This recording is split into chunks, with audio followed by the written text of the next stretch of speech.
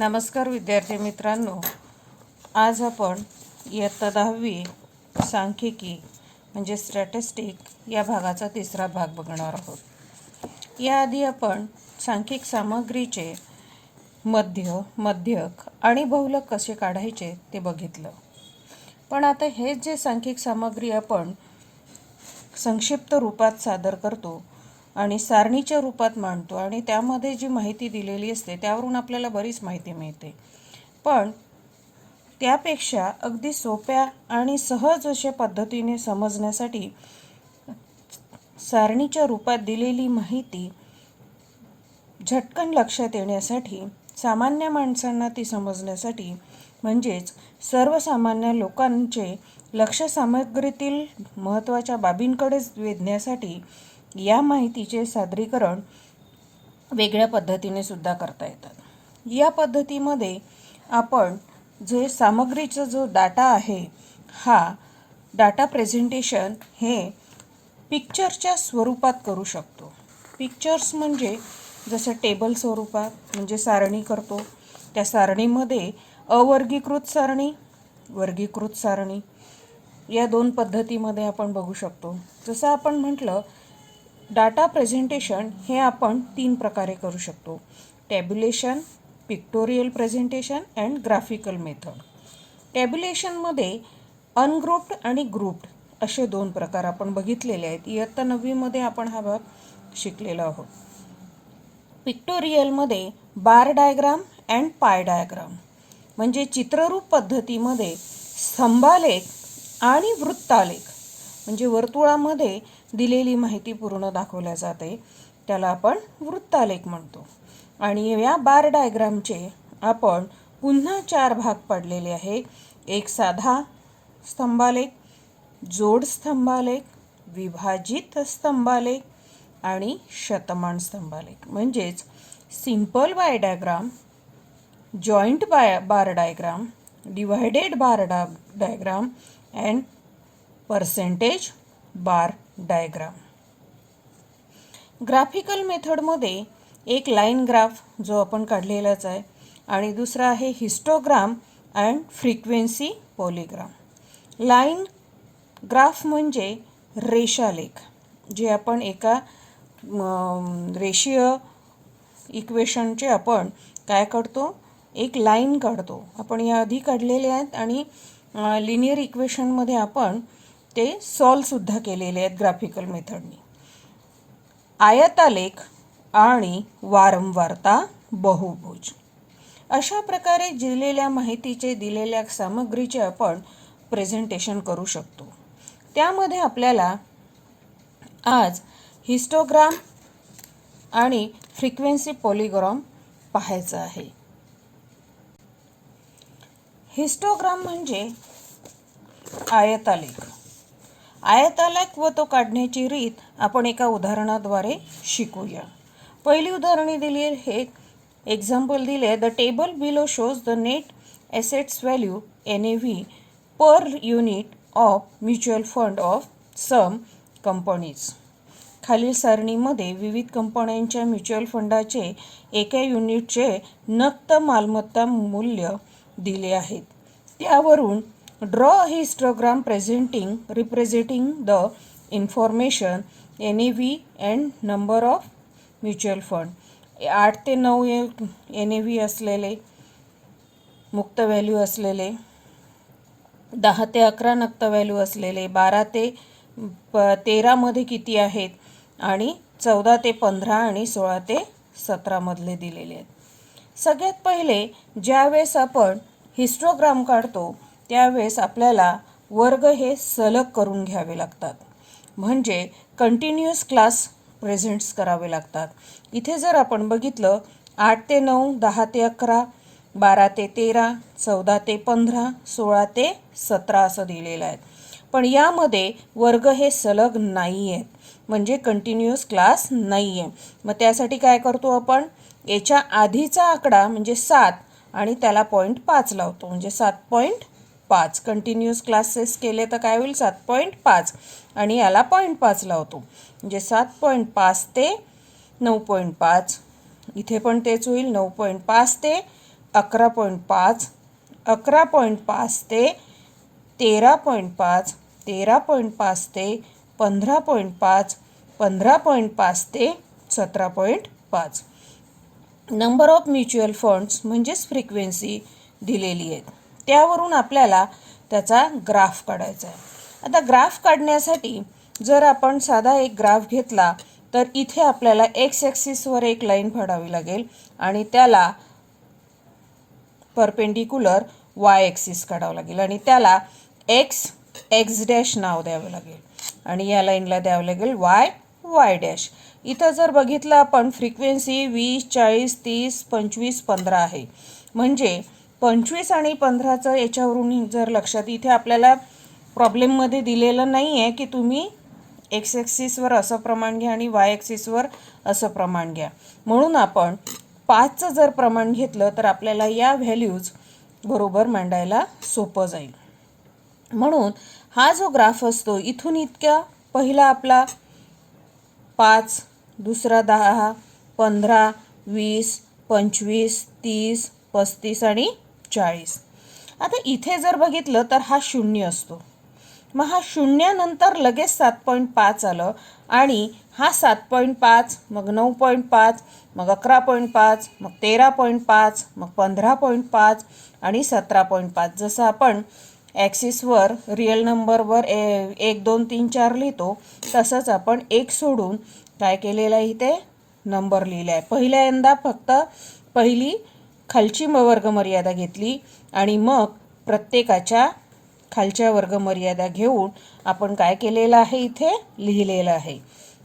7.5, 9.5, 11.5, 13.5, 15.5 आणि शेवटची ही 17.5. ठीक आहे. आणि वाय अक्षावर काय घेतलेलं आहे आपण फ्रिक्वेन्सी घेतलेली आहे. फ्रिक्वेन्सी 5, 10, 15, 20, 25, 30, 35 आणि 40. इथे स्केल लिहिली. एक्स ॲक्सिसवर काय घेतलं आहे इथून इतकं 1 सेंटीमीटर बरोबर किती आहे ₹2. या दोघांमधला जर फरक काढला आपण 9×7 केलं तर 2 येतं म्हणून ₹2. पण याच्यामध्ये 7.5 रुपये 7.5 रुपयाचा फरक पडतो आहे म्हणून याला आपण फोल्ड केलं असं दाखवलं. म्हणजे इथे छेड काढला असा आणि इथे म्हटलं की आमचा ग्राफ इथे फोल्ड आहे म्हणजे यांच्यामध्ये डिफरन्स आहे म्हणून आपण हे चिन्ह इथे दर्शवतो. मग 5 वाय ॲक्सिसवर 1 सेंटीमीटर म्हणजे हे जे 1 सेंटीमीटरचा जो बॉक्स आहे ते अंतर किती घेतलं आहे 5 फंड्स. म्हणजे 7.5 ते 9.5 मध्ये 20 फंड्स आहे तर एका सेंटीमीटरवर किती फंड्स घेतले आपण 5 फंड्स. मग 2 सेंटीमीटर झालं तर मग किती 10 फंड. 3 सेंटीमीटरवर किती झाले 15 फंड आणि 4 सेंटीमीटरवर 20 फंड. मग आता इथे आहे 7 ते 5, 7.5 ते 9.5 म्हणजे हा जो इथून इतका हा एक सारणी दाखवेल आपल्याला एक बार काढावा लागेल. म्हणून मग 7.5चा 20चा वाय ॲक्सिसचा 20 आणि एक्स ॲक्सिसचा 7.5. एक इथे पॉईंट दर्शवायचा आणि दुसरा पॉईंट त्याचा 9.5 आहे म्हणून 9.5 वरून दुसरा पॉईंट इथे. हे दोन्ही जॉईन करायचे आणि इथे बार काढून घ्यायचा. मग दुसरा लगेच 9.5 पासून सुरू आहे म्हणजे इथूनच सुरू आहे. मग पण किती आहे 40 आहे म्हणून इथूनच 40. 11.5चा पण 40. मग इथून पण हा बार काढून घेतला. तसाच बाकीचे बारसुद्धा आपण काढून घेतले. हा सुद्धा 11.5 आहे म्हणून इथून 30. 13.5 पर्यंत 30 पीस आहे. ठीक आहे. मग 13.5 पासून 15.5 पर्यंत 25 आणि मग पुन्हा 15.5 पासून 17.5 पर्यंत असे प्रत्येक बारग्राफ आपण काढून घेतले. पण हे बारग्राफ जॉईंड आहे परस्परांना. बरोबर आहे कारण हे कंटिन्युअसमध्ये आहे जॉईंड होतील इथे. आपण प्रत्येक बार हा वेगळा दर्शवण्यासाठी आपण त्याला विशिष्ट पद्धतीने चित्रित केलेला आहे. ओके. मग अशा प्रकारे हा हिस्टोग्राम आपण काढून घेऊ शकतो. यावर आधारित उदाहरणं तुम्हाला प्रॅक्टिस सेट 6.4 मध्ये पाहायला मिळतील. 6.4 मध्ये तुम्हाला यावरील काही उदाहरणं दिलेली आहेत. 135 ते 140, 140 ते 145, 145 ते 150. इथे तुम्हाला वर्ग सलग करण्याची गरज नाही आहे. एक्स ॲक्सिसवर हे अंतर घ्यायचं, 135, 140, 145, 150 आणि 155. पण शून्यापासून 135 येत आहे म्हणून अशा प्रकारचं चिन्ह आपल्याला पहिल्या याच्यामध्ये द्यावं लागेल. आणि मग इथे 4, 12, 16, 18 आहे म्हणजे 4चा फरक आपण घेऊ शकतो. ठीक आहे. इथे बघा, इथे तुम्हाला सेकंड उदाहरणामध्ये याच्या आधीचा नंबर घ्यावा लागेल 1.5 ते 3.5 अशा प्रकारे घ्यावं लागेल. आणि इथे सुद्धा आपण 5चं अंतर घेऊन बार ग्राफ काढू शकतो. इथे सुद्धा 5चं अंतर घेऊ शकतो. सलग वर्ग दिलेले आहेत. इथे सुद्धा सलग वर्ग दिलेले आहेत. आणि इथे सुद्धा तुम्ही कितीचं अंतर घ्यायचं आहे हे आपल्यालाच ठरवायचं आहे. कितीचं घेऊ शकाल, कशा पद्धतीने घेऊ शकाल. 10चं पण घेऊ शकता, 5चं पण घेऊ शकता, किंवा 2चं पण घेऊ शकता. पण 2चं घेतलं तर सगळ्यात मोठा आकडा आहे 24 म्हणजे खूप सारे हे होतील. मग 4चं जर घेतलं तर तुम्हाला अंतर घेताना पाहावं लागेल की 1 सेंटीमीटरमध्ये 10 रेषा असतात. मग 5चं जर आपण 1 सेंटीमीटर म्हणजे 5 अंतर घेतो आहे तर 2 रेषा मिळून 1 आपला युनिट होईल. तर अशा प्रकारे उदाहरणांमध्ये तुम्हाला त्याचा विचार करावा लागेल. नंतरचा भाग आहे फ्रिक्वेन्सी पॉलिगॉन. फ्रिक्वेन्सी पॉलिगॉनमध्ये वारंवारता बहुभुज. वारंवारता सारणीतील माहिती विविध प्रकारे दर्शवता येते. आपण आयतालेखाचा अभ्यास केलाच आहे. दुसरा प्रकार म्हणजे वारंवारता बहुभुज. वारंवारता बहुभुज काढण्याच्या 2 पद्धतींचा आपण अभ्यास करणार आहोत. एक आहे पहिल्यांदा आयतालेख काढून घ्यायचा आणि मग त्याचा वारंवारता बहुभुज काढायचा. आणि नंतर आयतालेख न वापरता त्याचा वारंवारता बहुभुज कसा काढायचा. म्हणजे with the help of histogram and without the help of histogram to draw the frequency polygon. आपण या आधीच्या उदाहरणामध्ये त्याचा जो ग्राफ काढलेलाच होता. वारंवारता बहुभुज काढायचा आहे आपल्याला. पहिल्यांदा आयतालेखाच्या साहाय्याने वारंवारता बहुभुज कसा काढायचा ते तुम्हाला पाहायचं आहे. तर या आधीच्या उदाहरणांमध्ये आयतालेख कसा काढायचा आणि त्याचे युनिट्स कसे घ्यायचे, त्याची स्केल कशी लिहायची, एक्स ॲक्सिसवर काय लिहायचं, वाय ॲक्सिसवर काय लिहायचं आणि त्याचे नावं कशी द्यायची हे आपण बघितलं. त्याच प्रकारे आलेख आपण काढून घ्यायचा. तर म्हणजे हा आयतालेख आपण काढून घेतला. आता आपल्याला काढायचा आहे वारंवारता बहुभुज म्हणजेच फ्रिक्वेन्सी पॉलिगॉन. त्यासाठी काहीही करायचं नाही. 0 ते हे दरम्यानची ही जी 5चा पॉईंट असते हा पॉईंट द्यायचा. प्रत्येकाच्या मधला जो पॉईंट असते ते पॉईंट आपण ड्रॉ करून घ्यायचे. पहिल्यांदा पॉईंट ड्रॉ करून घेतल्यावर फक्त ते स्केलने जोडायचे. स्केलने जोडले तर तुम्हाला फ्रिक्वेन्सी पॉलिगॉन मिळतो. पण आता आपल्याला जर तेच उदाहरण हिस्टोग्राम न काढता म्हणजे आयतालेख न काढता जर फ्रिक्वेन्सी पॉलिगॉन जर काढायचा असेल तर जे मागचं उदाहरण आहे तेच आपण उदाहरण आता बघूया. त्यामध्ये पहिल्यांदा क्लास मार्क, मग त्याला आपण कंटिन्युअस क्लासमध्ये आपण कन्वर्ट करून घेऊया म्हणजे सलग वर्गामध्ये करून घेऊया. पण आता इथे एक फरक पडणार आहे. इथे तुम्हाला वर्गमध्य काढावा लागणार आहे. वर्गमध्य हा जरुरी आहे. या आधीच्या उदाहरणांमध्ये वर्गमध्य कसा काढायचा आपण बघितलेला आहे. दोघांची बेरीज भागेला 2. तर या दोघांचा वर्गमध्य येतो आहे 6.5. या दोघांची बेरीज करून भागेला 2 केलं तर 8.5. अशा प्रकारे सगळ्या क्लासचे आपण क्लास मार्क काढून घेतले, वर्गमध्य काढून घेतले. मग आता हा जो आहे 0 कसा आला तर आपली होती या आधीच्या उदाहरणामध्ये आपल्याजवळ 7.5 ते 9.5 होता. पण आपल्याला याच्या आधीचा एक घ्यायचा आहे.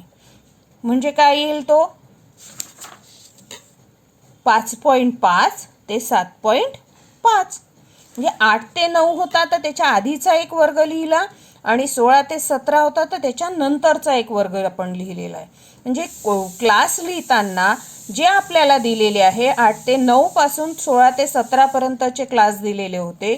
पण आपल्याला जर फ्रिक्वेन्सी पॉलिगॉन काढायचा असेल तर दिलेल्या माहितीच्या आधीचा एक क्लास लिहावा लागेल आणि त्याच्यानंतरचा एक क्लास लिहावा लागेल आणि त्यांचे मग कंटिन्युअस क्लासमध्ये कन्वर्ट करावं लागेल. प्रत्येकाचा वर्गमध्य काढून घ्यावा लागेल आणि मग जो आपण जास्तीचे लिहिले होते त्याची जी फ्रिक्वेन्सी आहे ती काय राहील 0 आणि बाकीचे तुम्हाला दिलेले आहेत. आता कोऑर्डिनेट्स ऑफ पॉईंट्स, कारण आता इथे आपल्याला आयतालेख काढायचा नाही आहे, हिस्टोग्राम काढायचा नाही आहे. मग हिस्टोग्राम काढायचा नाही आहे तर पॉईंट्स आपण ड्रॉ करून ते जॉईन करून आपण फ्रिक्वेन्सी पॉलिगॉन काढणार आहोत. मग त्यासाठी आपल्याला कोऑर्डिनेट्स पॉईंट्स घ्यावे लागतील. हा राहील एक्स अक्षाचा पॉईंट आणि हा राहील वाय अक्षाचा पॉईंट. 6.5 ते 0, 8.5 ते 20, 10.5 40, 12.5 30, 14.5 25, 16.5 15 आणि 18.5 0. म्हणजे क्लास मार्क एक्स ॲक्सिसवर घ्यायचा आहे आणि वाय ॲक्सिसवर 0, वाय ॲक्सिसवर फ्रिक्वेन्सी घ्यायची आहे. Frequency number of mutual fund 5चा आपण फरक घेतलेला आहे. इथे आता घेताना थोडासा व्यवस्थित दिसण्यासाठी आपण काय घेतलेलं आहे 2 सेंटीमीटरमध्ये 1 सेंटीमीटरचंच अंतर घेतलेलं आहे.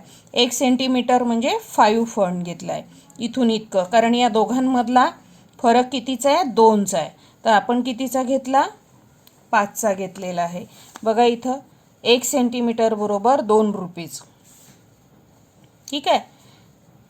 ॲक्च्युली इथं 1 सेंटीमीटर बरोबर 1 रुपीज लिहायला पाहिजे होतं, कारण इथून इतकं 1 सेंटीमीटर आहे आणि इथून इतकं 2 सेंटीमीटर आहे. म्हणजे 2 सेंटीमीटर म्हणजे 2 रुपीज घेतलेला आहे.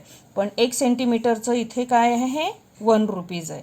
तर इथे 1 रुपीज पाहिजे होतं आणि इथे ठीक आहे वाय ॲक्सिसवर आपण तसंच केलं आणि इथे यांच्यामधलं अंतर जास्त असल्यामुळे इथे झेड काढून घेतलेला आहे. मग आता हा जो 6.50 आपल्याला दाखवायचा आहे, 6.50 म्हणजे काय होईल, हा 6.50 आहे म्हणजे 0 वाय अक्षाचा 0 आणि एक्स अक्षाचा 6.5, वाय अक्षाचा 0 आणि एक्स अक्षाचा 6.5, हा पॉईंट इथं येईल. 8.5 20, एक्स अक्षाचा 8.5, वाय अक्षाचा 20. पॉईंट ड्रॉ करून घ्यायचे पहिले. 10.5 40, मग 12.5 30, 14.5 25, 16.5 15 आणि 18.5 0. आणि स्केलनी हे जॉईन करायचे, हाताने जॉईन करायचे नाही. प्रत्येक पॉईंट सेपरेट, इथून पहिले हा मग हा, मग याच्यानंतर याला, याच्यानंतर याला, असं करत हा पॉईंट जॉईन करायचा. हा जो मिळतो याला तुम्ही फ्रिक्वेन्सी पॉलिगॉन असे म्हणतात. आता एक सॉल्व्ड एक्झाम्पल बघूया. जर फ्रिक्वेन्सी पॉलिगॉन तुम्हाला दिलेले आहे आणि त्यावर जर 5 प्रश्न दिलेले आहेत तर ते कसे सॉल्व करायचे आहे. सोबतच्या आकृतीमध्ये दाखवलेल्या वारंवारता बहुभुजा आधारे खालील प्रश्नांची उत्तरे लिहा. 50 ते 60 या वर्गाची वारंवारता लिहा. Write the frequency of the class 50 to 60. आता 50 to 60 किती आहे, 50 to 60 किती राहील, वर्ग मध्य किती आहे त्याचा 55 आहे. किती आहे फ्रिक्वेन्सी त्याची 10. किती आहे 50 ते 60, हा राहतो वर्गमध्य आणि ही राहते फ्रिक्वेन्सी. वाय अक्षावर फ्रिक्वेन्सी आणि इथे राहते क्लास. ठीक आहे.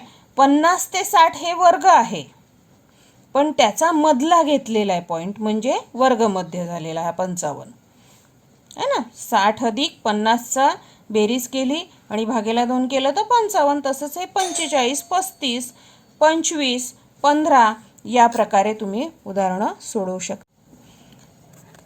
Write the frequency of the class 50 to 60. Y अक्षावर आपल्याला वाय ॲक्सिसवर फ्रिक्वेन्सी दिलेली आहे आणि एक्स अक्षावर क्लास दिलेले आहेत. 50 to 60 मध्ये आपण जर सरळ विचारात बघितलं तर वाय अक्षाचा बिंदू निर्देशक कोऑर्डिनेट्स हा 10 आहे, म्हणजे याची फ्रिक्वेन्सी 10 आहे. State the class whose frequency is 14. ज्या वर्गाची वारंवारता 14 आहे असा वर्ग लिहा. मग 14 बघायचं. 14 कोणता आहे वर्ग? कुठे यायचं? खाली यायचं. एक्स ॲक्सिसवर तो कुठे मधात येतो आहे? इथे येतो आहे, म्हणजे 20 ते 30. मग या वर्गाची वारंवारता 20 ते 30 आहे. 20 to 30 आहे. State the class whose class mark is 55. Class mark म्हणजे मधला भाग. हा जो क्लास मार्क हा क्लास मार्क असतो आणि हा फ्रिक्वेन्सी असतो. मग क्लास मार्क 55 असलेला क्लास कोणता आहे? 50 to 60. Write the class in which frequency is maximum. Frequency maximum असलेला क्लास कोणता? त्याचा क्लास मार्क 35 आहे, तर इथून सरळ क्लास आपल्याला कुठे मिळेल? एक्स ॲक्सिसवर, म्हणून 30 to 40. Write the classes whose frequencies are 0. मग 0 फ्रिक्वेन्सी असलेले क्लासेस 0 to 10 आणि दुसरा आहे 60 to 70. म्हणजे 0 वारंवारता असलेले वर्ग आहे 60 ते 70, कारण वर्ग इथे घेतलेले आहेत आपण एक्स ॲक्सिसवर आणि फ्रिक्वेन्सी म्हणजेच वारंवारता वाय ॲक्सिसवर घेतलं आहे.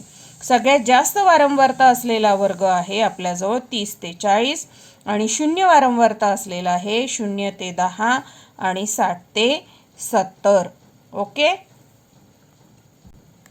यावरून तुम्हाला प्रॅक्टिस सेट 6.5 सोडवायचं आहे. Observe the following frequency polygon and write the answer of the questions below it. त्याखाली दिलेल्या प्रश्नांची उत्तरे लिहा. आपण लिहू शकतो. Show the following data by frequency polygon. इथे तुम्हाला म्हटलेलं नाही आहे की बाय हिस्टोग्राम मेथडनी करा किंवा विदाऊट हिस्टोग्राम. तुम्हाला जी पद्धत सोपी वाटेल त्या पद्धतीने तुम्ही इथे करू शकता. The following table shows the classification percentage of marks of the student. The number of students. Draw a frequency polygon from the table. इथे सुद्धा तुम्हाला कुठेच काही म्हटलेलं नाही आहे की तुम्ही या पद्धतीने करा, म्हणून तुम्ही विदाऊट हिस्टोग्राम और विथ हिस्टोग्राम कोणत्याही पद्धतीने ते उदाहरणं सोडवू शकता.